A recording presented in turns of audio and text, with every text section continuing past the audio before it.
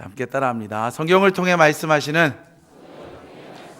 하나님의 말씀을 믿고 기도하고 전도하고 봉사하고 친교하고 교육하고 예배하는 삶을 살아갈 때 내 삶 가운데, 우리 가정 가운데, 직장과 사업장 가운데, 우리 새로운 교회 가운데, 세계 열방 가운데 기적의 역사가 나타날 것이다. 여러분 믿으십니까? 아멘, 아멘. 우리를 위해서 아낌없는 사랑을 보여주신 우리 하나님 아버지께서는 우리 독생자 예수를 십자가에서 못 박여 죽으셨지만 그의 능력으로 다시금 부활하셔서 우리에게 부활 신앙을 안겨주신 줄 믿으시기 바랍니다. 우리 부활 신앙을 우리 안에 소유하게 되면 변화의 삶이 시작됩니다. 한번 따라할까요? 부활 신앙을 내 안에 두면 변화의 삶이 시작된다.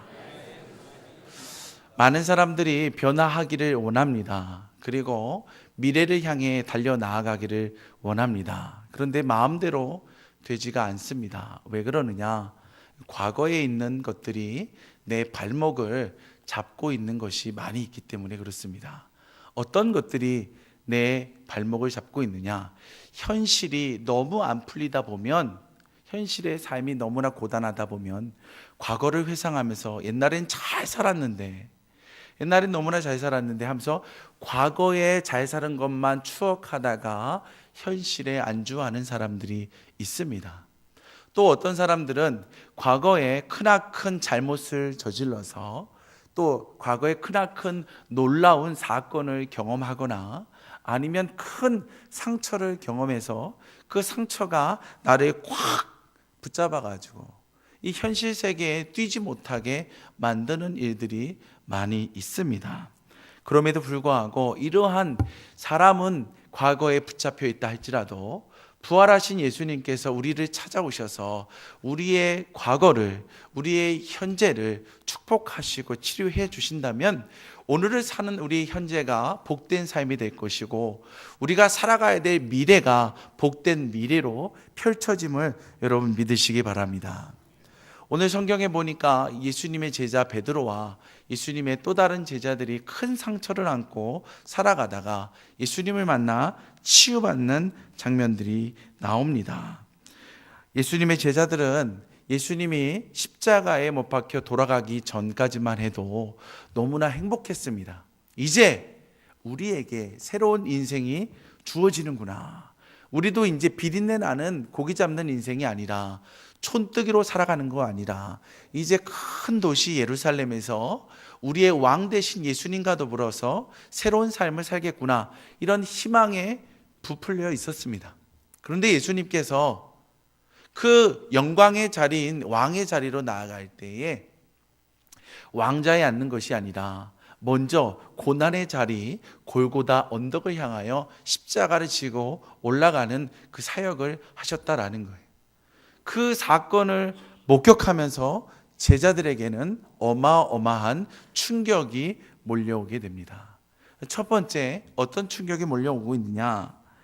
예수님을 붙잡고 십자가에 끌고 가면서 죽이려고 하는 그 유대인들이 이제는 우리를 향하여 창을 들이대면서 우리를 붙잡아가고 우리를 예수님처럼 때리고 십자가에 못 박아 죽일 수도 있겠구나라는 두려움에 사로잡히게 됩니다. 그래서 그들은 방문을 꼭꼭 걸어 잠그고 폐쇄적인 환경에 숨어 있게 됩니다. 두 번째로 그들은 예수님과 더불어서 예루살렘에 올라가서 통치자의 자리에 올라가는 희망이 가득한 비전을 안고 있었는데 예수님이 죽으심과 동시에 그들의 꿈이, 그들의 권위 자리가 다 무너져 내리게 되는 것입니다. 미래가 물거품이 되어서 사라져 버린 것입니다. 제자들의 마음속에 큰 낙심이 찾아오게 됩니다. 여기에 또 한 가지가 더해지는데 부활하신 예수님을 만난 후에 의심이라는 것이 찾아왔다라는 것입니다. 여러분, 사람이 죽었다가 살아날 수 있습니까? 간혹 가다가 죽었다가 살아나는 사람이 등장하기도 합니다. 그런데 예수님의 경우는 조금 다릅니다. 왜 다르냐? 예수님은 정말 힘든 고난의 여정을 겪으셨기 때문에 그렇습니다. 채찍으로 온몸에 피 투성이 되도록 맞으셨고, 그리고 골고다 언덕에 올라가셨을 때 큰 대못으로 양팔을 못 박히셨고, 두 다리에 대못으로 못 박히셨고, 그리고 그 십자가 상에서 운명하신 후에 로마 병사들에 의해서 옆구리에 큰 창으로 찔림을 당하시면서 물과 피를 다 쏟아 부으셨기 때문에 그렇습니다. 그냥 사망했고 잠자는 사람처럼 잠깐 어딘가 기도가 막혔거나 이런 것이 아니라 완전한 사망에 이르는 것을 예수님의 제자들이 목격합니다. 그런데 그 목격하였음에도 불구하고 예수님이 부활했다라는 거예요. 여인들이 부활했다는 소식을 가지고 오고 베드로가 무덤에 달려갔다 와서 예수님 부활하신 게 맞다라고 증언합니다. 그리고 심지어는 제자들이 다 모여있는 굳게 닫힌 그 문에 예수님이 갑자기 나타나심으로 제자들을 깜짝 놀라게 합니다. 그런데 이것은 믿어지기 어려운 사건입니다. 믿어지기 어려운 사건이에요. 그래서 예수님의 제자들의 마음속에는 여전히 의심이라는 것이 남겨져 있습니다. 이러한 의심이라든가 두려움 그리고 낙심은 사람의 발목을 잡습니다. 그리고 방향성을 잃어버리게 됩니다. 방향성을 잃어버렸다는 것은 우리가 무능력해진다는 것입니다. 무능력해지는 거예요. 그럼에도 불구하고 이러한 무능력해진 낙심과 두려움과 의심 때문에 방향성을 잃어버린 제자들에게 부활하신 예수님이 찾아오자 그들에게 놀라운 변화의 삶이 일어납니다. 우리 한번 따라해 볼까요? 부활하신 예수님이 찾아오시면 우리의 의미 없는 삶이 생명력 넘치는 삶으로 변화된다. 할렐루야.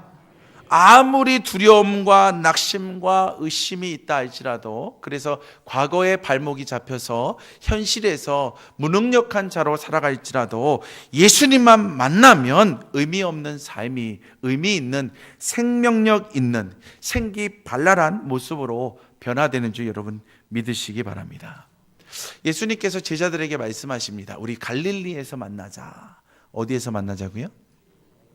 갈릴리에서 만나자. 그래서 부활하신 예수님의 제자들이 갈릴리에 먼저 가서 기다리고 있습니다. 언제 오시나 라고 기다리는데 예수님이 오시지를 않는 거예요. 그런데 제자들의 입장에서 예수님을 기다리는 게, 부활하신 예수님을 기다리는 게 좋은 것만은 아니었습니다. 불편했어요. 왜 제자들의 마음이 예수님을 기다리는데 불편했을까요? 왜 불편했죠? 예수님 십자가 못 박혀 돌아가시는 그 골고다 언덕을 올라가실 때 제자들이 다 어딘가로 숨어 있었기 때문에 그렇습니다. 예수님의 마지막 가시는 그 사역의 길을 지켜보지 못한 그 부끄러움 때문에 예수님의 제자들은 다 부활하신 예수님을 기다리고 있는데도 불구하고 마음에 큰 무거운 짐이 있는 거예요. 그 짐을 짊어지고 있는 제자들 중에 제일 크게 두려움에 사로잡혀 있던 사람, 무거운 짐을 짊어진 사람 누굴까요? 예수님의 수제자 베드로입니다. 베드로. 기다리다가 나 기다리다가 숨 막혀 죽을 것 같다. 가슴은 떨려오는데 주님 만날 낯은 없는데 주님이 오시는 시간은 더디 가고 참 못 살겠다. 이러다 나 죽겠다. 나 고기 잡으러 간다. 라고 선언을 합니다. 그러자 다른 제자들도 그래 너만 힘든 거 아니야. 나도 힘들어. 나도 너 따라갈래. 이렇게 해서 베드로와 6명의 제자들이 고깃배를 타고 고기를 잡으러 나아갑니다. 한밤중이 되어서 그들이 고기를 잡으러 갔고 그물을 던지게 됩니다. 여러분, 두려움과 낙심 그리고 예수님을 기다리는 초조함 때문에 그들의 던지는 그물은 제대로 던질 수가 없었을 거예요. 그래서 그랬는지 그들이 그물을 건져 올렸는데 고기가 한 마리도 없는 거예요. 한 마리도 없는 거예요. 어떻게 보면요, 예수님의 제자들의 모습이 그대로 한 마리의 고기를 잡지 못한 그물에 보여지고 있는 것 같아요. 예수님 없는 인생은 무의미하다. 예수님이 없는 인생은 이렇게 빈 그물과 같다. 이런 것을 보여주고 있는 것 같습니다. 가뜩이나 마음이 무겁고 힘든데 그물에 고기가 한 마리도 잡히지 않은 그것 때문에 더 큰 낙심에 빠집니다. 근데 그때 놀라운 사건이 일어납니다. 얘들아! 라고 누가 부르는 거예요. 고기를 잡았느냐? 못 잡았습니다. 라는 음성이 들려옵니다. 그때에 그 사람이 소리치기 시작합니다. 그물을 오른편에 던져라. 할렐루야. 저 멀리 해변가에서 예수님이 제자들을 부르신 장면입니다. 그리고 오른쪽에 그물을 던지자 명령하신 것입니다. 이렇게 해서 제자들은 영문도 모르고 그물을 오른쪽으로 던집니다. 그런데 그때에 놀라운 것을 기억해내는, 추억을 기억해내는 제자가 있으니 그게 바로 요한입니다. 요한의 머릿속에 그는 이런 생각을 합니다. 누가복음 5장 전반부에 보면 예수님이 제자들을 선택하는 장면이 나옵니다. 그때도 고기를 한 마리 잡지 못하고 해변가에 나와서 그물을 손질하고 있는 제자들의 모습입니다. 그때 예수님이 나타납니다. 고기를 잡지 못하였느냐? 네, 한 마리도 못 잡아서 지금 다음에 잡으려고 그물 손질하고 있습니다. 그래, 배를 띄우자. 우리 고기 잡으러 가자. 이렇게 바다로 나아간 그 예수님과 제자들, 그때에 예수님이 이렇게 얘기합니다. 깊은 곳에 그물을 던져라. 깊은 곳에 그물을 던져라.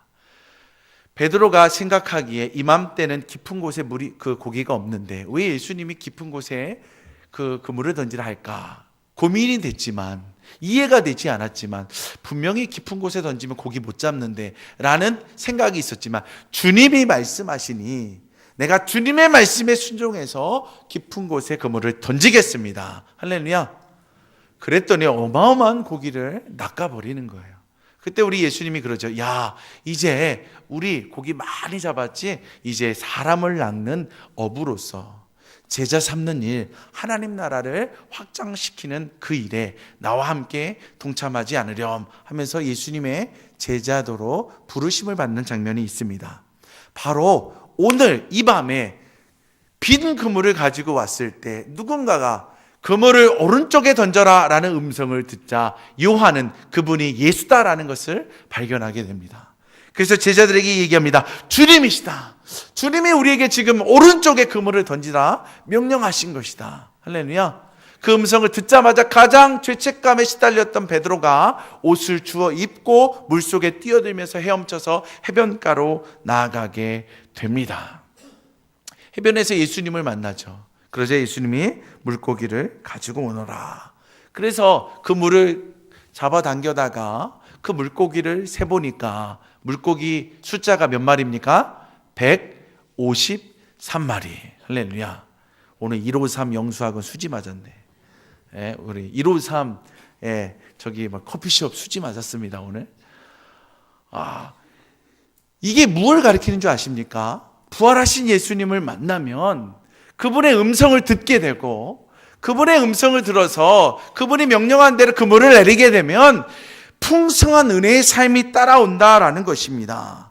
주님이 없이 살 때는 무의미한 삶이지만 방향성을 잃어버린 삶이 우리에게 펼쳐지지만 부활하신 예수님의 음성을 듣기 시작하면 생명력 넘치는 삶으로 변화된다라는 거예요.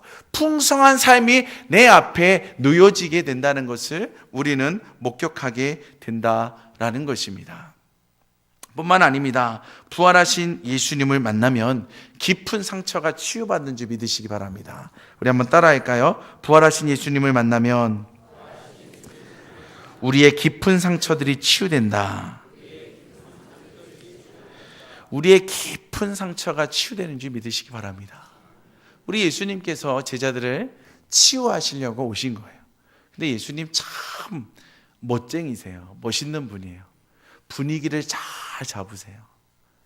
제일 첫 번째 어떤 분위기를 잡으시냐? 제자들과 3년 동안 함께 사랑했던, 말씀의 떡을 떼었던, 천국의 기적을 맛보았던 그 갈릴리를 그들을 회복하는 장소로 딱 정하십니다. 두 번째, 그들 앞에 모닥불을 피워놓고, 할렐루야, 이 모닥불을 피워놓으신 거예요. 여러분, 고기를 잡고 그 해변가로 나오는 제자들, 땀이 식게 되면 체온이 떨어집니다. 그러면 몸을 따뜻하게 해줘야 합니다. 그런데 그들의 마음은, 그들의 삶은 지금 땀을 흘려서 이게 체온이 떨어지는 게 아니라 예수님을 만나야 되는데, 예수님의 십자가 상의 그 사건을 지키지 못한 그 마음 때문에, 지켜드리지 못한 그 마음 때문에 그들의 마음이 떨려오고 있는 거예요. 그들의 마음이 떨려오고 있어요. 여러분, 면접 보러 갈 때 어떻습니까? 마음이 떨려오지 않습니까? 마음이 불안하지 않습니까? 내가 부활하신 주님을 만났을 때 내가 주님을 지켜드리지 못했는데 어떠한 메시지가 오고 가니까 그 마음이 굉장히 떨려옵니다. 그때의 그 모닥불 안에서 그들은 따스하게 맞이하시는 예수님의 마음을 만날 수가 있는 것입니다.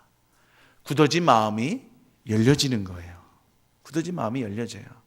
그들의 상처 입은 그런 떨려오는 마음이 열려지게 됩니다. 확 열려집니다. 이러한 때에 예수님께서 그 모닥불에 고기를 구우시고 생선을 구우시고 떡을 준비해 놓으셨다라는 거예요. 밥상을 준비해 주셨다라는 거예요. 한번 따라 합시다. 밥상을 준비해 주셨다. 예수님이 제자들을 치유하시기 위해서 갈릴리를 정해 놓으셨고 모닥불을 피워 놓으셨고 그리고 따스한 밥상을 준비해 놓으셨다라는 거예요. 여러분, 밥상을 준비했다는 건 대단히 중요합니다. 여러분, 식사하실 때 친한 사람하고 마주해서 밥을 먹습니까? 아니면 꼴보기도 싫은 사람하고 마주하고 밥을 먹습니까? 친한 사람하고 같이 밥 먹죠.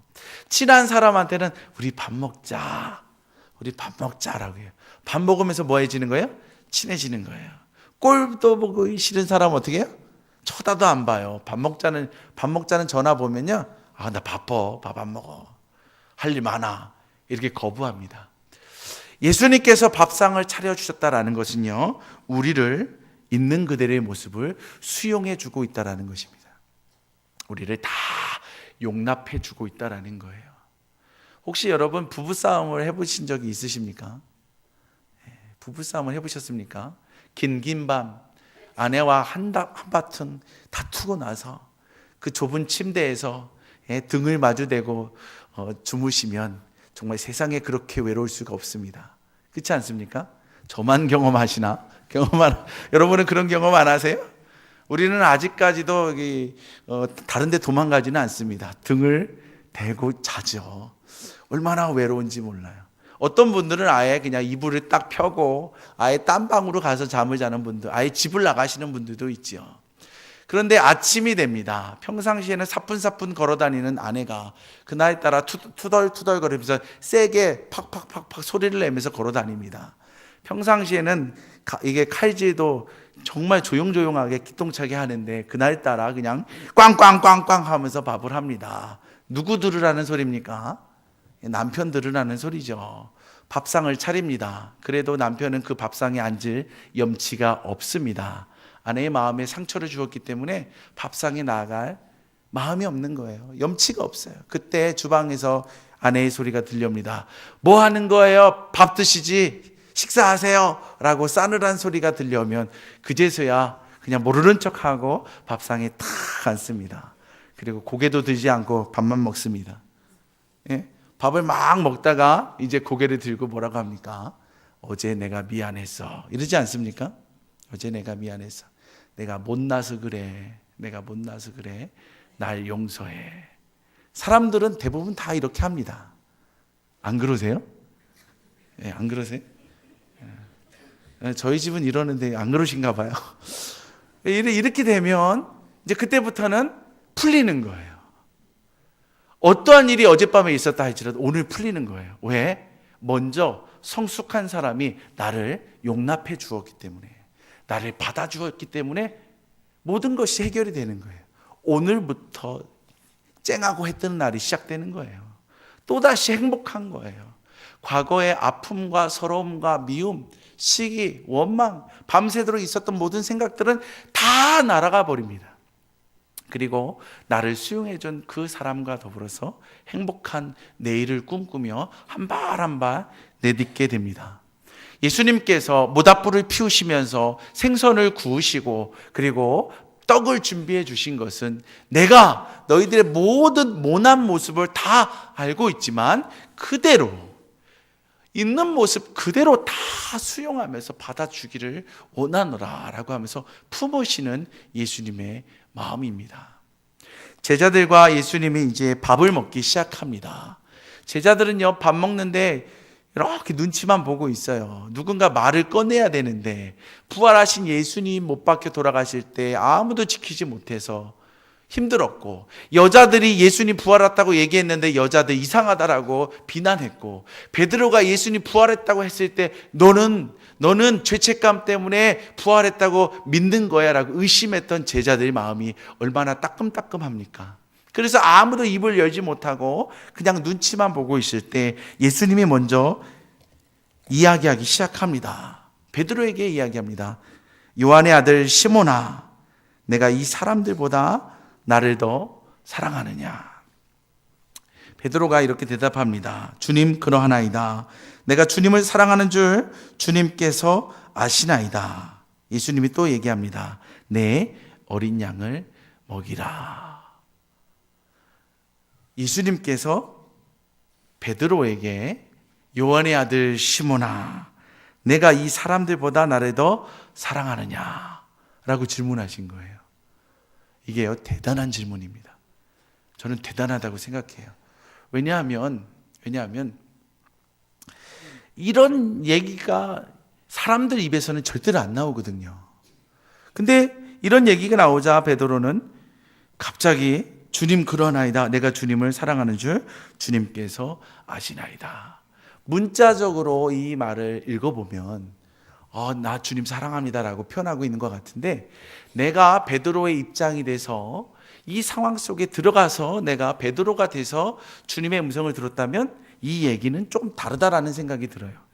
제가 곰곰이 생각해 봤을 때 예수님은 나에게 뭐라고 질문하실까라는 질문과 더불어서 나는 고민하게 됩니다. 뭐라고 고민하느냐? 베드로야, 너 나 사랑한다고 했는데 너 왜 나 모른다고 했냐? 주님이 만약에 그거 물어보시면 뭐라고 대답할까? 닭이 울기 전에 너 3번 나를 부인한다고 했는데 그거 물으시면 뭐라고 대답할까? 너 그럴 수 있냐? 나 사랑한다고 해놓고서 나를 욕하고 저주까지 한 너 어떻게 나한테 그럴 수가 있냐라고 물어보신다면 나는 뭐라고 대답할까? 야, 여인들은 안 씻고 첫날 제일 먼저 무덤가에 달려왔는데 넌 뭐 하고 있었냐? 라고 물으신다면 난 뭐라고 대답할 수 있을까? 사람들은요, 이렇게 큰 잘못 앞에 섰을 때 무슨 생각을 하게 됩니까? 자기를 변호하고 변명하면서 자기가 왜 그랬는지를 설명하려고 하는 생각에 가득 찹니다. 이게 사람이에요. 자기를 변호하려고 하면서 자기를 변명하고자 하는 게 이게 사람입니다. 그런데 이런 사람의 마음을 가지고 있는 베드로는요, 예수님이 자기의 삶을 지적하실 줄 알았을 거예요. 근데 이게 웬일입니까? 요한의 아들 시몬아, 네가 나를 사랑하느냐라는 엉뚱한 대답이 나오는 거예요. 제가 생각했을 때 베드로는 얼떨결에, 그냥 얼떨결에 예수님이 너 나 사랑하느냐? 그러니까 얼떨결에 네, 주님이 알고 있는 것처럼 저 주님 사랑합니다. 그냥 얼떨결에 대답했을 것 같아요. 그런데 두 번째 예수님이 또 얘기합니다. 요한의 아들 시몬아, 내가 나를 사랑하느냐? 그러자 그가 생각하면서 얘기합니다. 주님, 그러하나이다. 내가 주님을 사랑하는 줄 주님이 아시나이다. 그래, 그러면 내 양을 치라. 그런데 여기서 끝난 것이 아니라 주님이 한 번 더 물으십니다. 요한의 아들 시몬아, 내가 나를 사랑하느냐? 베드로가요, 마음에 큰 찔림을 갖게 됩니다. 무슨 찔림을 갖겠습니까? 3번 예수님이 부르실 때 한 번 모른다 부인하고, 2번 모른다고 욕하며 부인하고, 3번 욕하며 저주하기까지 했던 베드로. 많은 학자들이 그 베드로가 뭐라고 저주했을까라는 그 이야기를 뭐라고 해석하고 있냐면 예수를 십자가에 못 박아 죽여라 라고 저주했다라고 어떤 학자들은 이야기합니다. 그 모습들이 베드로는 떠오르는 거예요. 그래서 그가 세 번째 질문에 감히 쉽게 대답하지를 못합니다. 그래서 성경에 그는 이렇게 대답합니다. 베드로가 근심하여 이르되 주님 모든 것을 아시오매 내가 주님을 사랑하시는 줄을 주님께서 아시나이다. 할렐루야. 무슨 말입니까? 주님 다 알고 계시잖아요. 나 얼마나 부족한지 다 알고 계시잖아요. 얼마나 실수투성인지 앞에서는 주님 사랑한다고 막 자랑하고 난리치던 내가 주님 모른다고 부인했습니다. 아니 욕했습니다. 아니 저주까지 했던 나인데 왜 한마디도 지적하지 않으시고 내 모든 죄악들을 다 아시면서 다 꼬집어서 드러내지 않으시고 왜 나에게 사랑한다라고 얘기하십니까? 왜 이런 나를 사랑하십니까? 이런 나조차도 우리 하나님이 예수님이 사랑하시는데 내가 어찌 예수님을 사랑하지 않을 수가 있겠습니까? 그가 근심하여 대답했다라는 말은 이런 의미가 있지 않나 생각이 듭니다. 정말 베드로의 마음속에는 주님이 자기를 난도질하면서 죄악을 손댈 줄 알았는데 자기를 품고 가시는 그 예수님의 은총에 정말 녹아져 내려갈 수밖에 없는 거예요. 여러분 사람들은 사랑한다고 하지만 사랑 안 합니다. 나 너 사랑해 라고 얘기하지만 사랑 안 합니다. 그리고 잘못을 얼마나 난도질을 합니까? 너 이거 잘못했다. 너 이거 잘못했다. 너 이거 잘못했다. 너 이거 잘못했다. 너 이거 잘못해서 이렇게 되는 거야. 사랑을 가지고 얘기하면 괜찮아요. 정말 내가 너를 사랑하고 너를 권면하고 싶고 너를 세워주기 싶어서 그러는 거야 라는 사랑이 전제되면 괜찮아요. 그런데 우리는 사랑한다라고 거짓말 해놓고 난도질하기 시작합니다. 제 모습이 그렇더라고요. 내가 사랑한다라고 얘기를 해놓고서는 난도질하면서 지적하고 그런 삶을 살아가요. 이게 사람의 모습입니다. 사람은 이렇게 살아갑니다. 사람은 이렇게 사람들의 허물을 들춰내기를 좋아하고 난도질하기를 좋아합니다. 근데 주님은 얘기하시는 거예요. 그런 삶은 무의미한 삶이야. 그런 삶은 서로의 상처를 더 아프게 하고 나 스스로를 무너뜨리는 삶이야. 사랑해야 돼라는 거예요. 사랑하기 위해서 기도하고 사랑하기 위해서 낮아지고 그런 가운데서 행하라라는 거예요. 그러면 치유와 회복과 성숙이 일어난다라는 것입니다. 예수님께서는 이렇게 갈릴리에서 모닥불을 피우시며 생선과 떡을 준비하시며 베드로에게 네가 나를 사랑하느냐라고 부르시면서 베드로와 그 제자들을 치유하시는 장면이 나옵니다. 할렐루야. 그 부활하신 예수님이 우리를 찾아오셔서 우리를 치료하시고 우리 교회를 치료하시고 우리의 미래를 열어주시는 줄 여러분 믿으시기 바랍니다. 참 놀라운 사실은요, 치료됨과 더불어서 사명이 함께 따라온다라는 것입니다. 한번 따라해 볼까요? 부활하신 예수님을 만나면 깊은 상처가 치유받고 사명자로 다시 세워지게 된다. 여러분, 우리가 상처를 치유받으면 거기서 끝나는 게 아니라 동시적으로 사명자로 다시 세워진다라는 거예요. 예수님이 뭐라고 합니까? 네가 나를 사랑하느냐? 내 어린 양을 먹이라. 사명이 주어지는 거예요. 내 양을 치라. 사명이 주어지는 거예요. 내 양을 먹이라라는 사명이 주어지는 것입니다. 여러분, 이것이 무엇입니까? 어떤 것을 가리킵니까? 지금까지는 수많은 물고기를 잡으면서 사람 낚는 어부의 인생을 살아가자라고 했는데 이제부터는 선한 목자가 되어서 내 양을 좋은 꼴로 먹이고 그리고 내 양을 돌보는 자가 되어야 된다라는 것입니다. 이 음성을 들으면서 제가 시편 23편 말씀이 생각납니다. 여호와는 나의 목자시니 내게 부족함이 없으리로다. 그가 나를 푸른 풀밭에 누이시며 쉴만한 물가로 인도하시는도다. 우리 하나님께서 우리에게 좋은 꼴을 먹이시려고, 목마른 우리에게 편히 쉬게 하면서 목마름을 해결하시려고 우리 그 푸른 초장의 물가로 인도하시는 줄 믿으시기 바랍니다. 우리를 먹이시는 하나님 뿐만 아닙니다. 우리를 양을 치는 하나님인 줄 믿으시기 바랍니다. 내가 사망의 음침한 골짜기로 다닐지라도 해를 두려워하지 않을 것은 주께서 나와 함께 하심이라. 주의 지팡이와 막대기가 나를 안위하시나이다. 원수 마귀 사탄이, 원수 같은 사람들이, 환경이 우리를 위협하며 두려움으로 꽉 묶어둘 때에 선한 목자 되시는 우리 하나님께서 목자가 되어서 우리 앞길을 안익게 하신다라는 거예요. 할렐루야. 죄악들, 어둠의 세력들 다 막아주시고 정말 영생에 이르는 그 길로 우리를 인도해 주신다라는 것입니다. 요한복음 10장에서 예수님을 통하여 이 말씀이 더욱더 구체화됩니다. 요한복음 10장 11절부터 보면 나는 선한 목자라. 선한 목자는 양들을 위하여 목숨을 버리거니와 삭구는 목자가 아니요 양도 제 양이 아니라. 이리가 오는 것을 보면 양을 버리고 달아나나니 이리가 양을 물어가고 또 해치느니라. 달아나는 것은 그가 삭구님 까닭에 양을 돌보지 아니함이나 나는 선한 목자라. 나는 내 양을 알고 양도 나를 아는 것이 아버지께서 나를 아시고 내가 아버지를 아는 것 같으니 나는 양을 위하여 목숨을 버리노라. 할렐루야.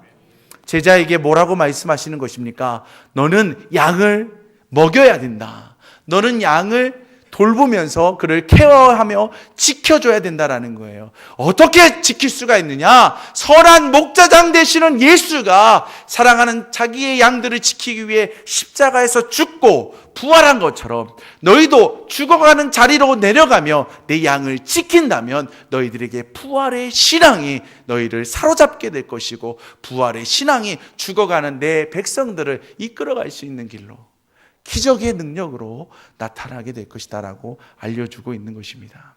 죽어지는 자는 예수의 사랑을 경험하고 십자가의 사랑을 경험하고, 죽어지는 자는 부활의 능력 안에서 내 양을 회복시켜 주시는 은혜를 경험하게 된다라는 것입니다. 예수님께서 제자인 베드로에게 새로운 삶의 지경을 열어주고 있는 것입니다.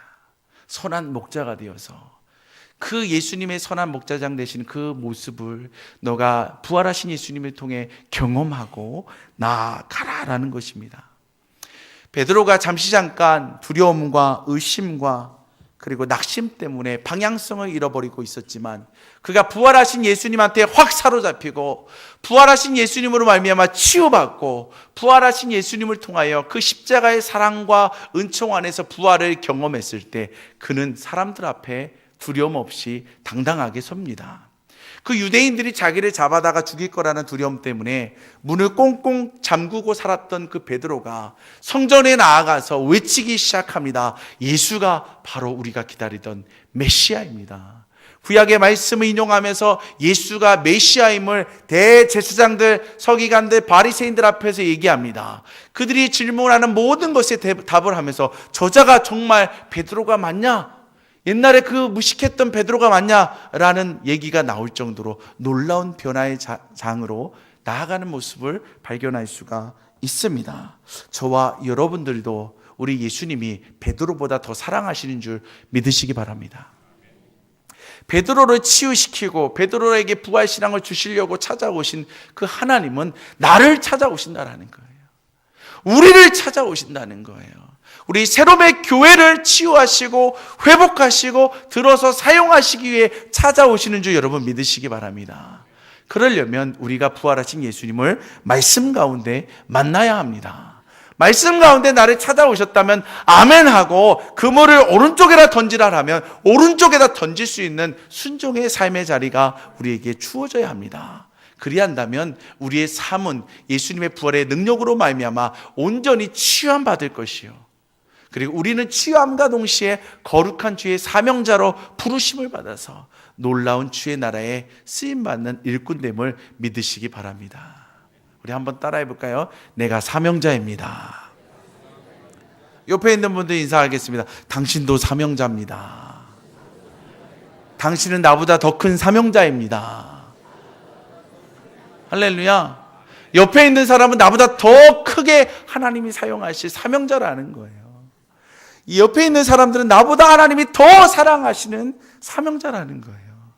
우리 옆에 있는 사명자와 더불어서 치유하시는, 회복하시는 예수님을 만나시기를 주님의 이름으로 축원합니다.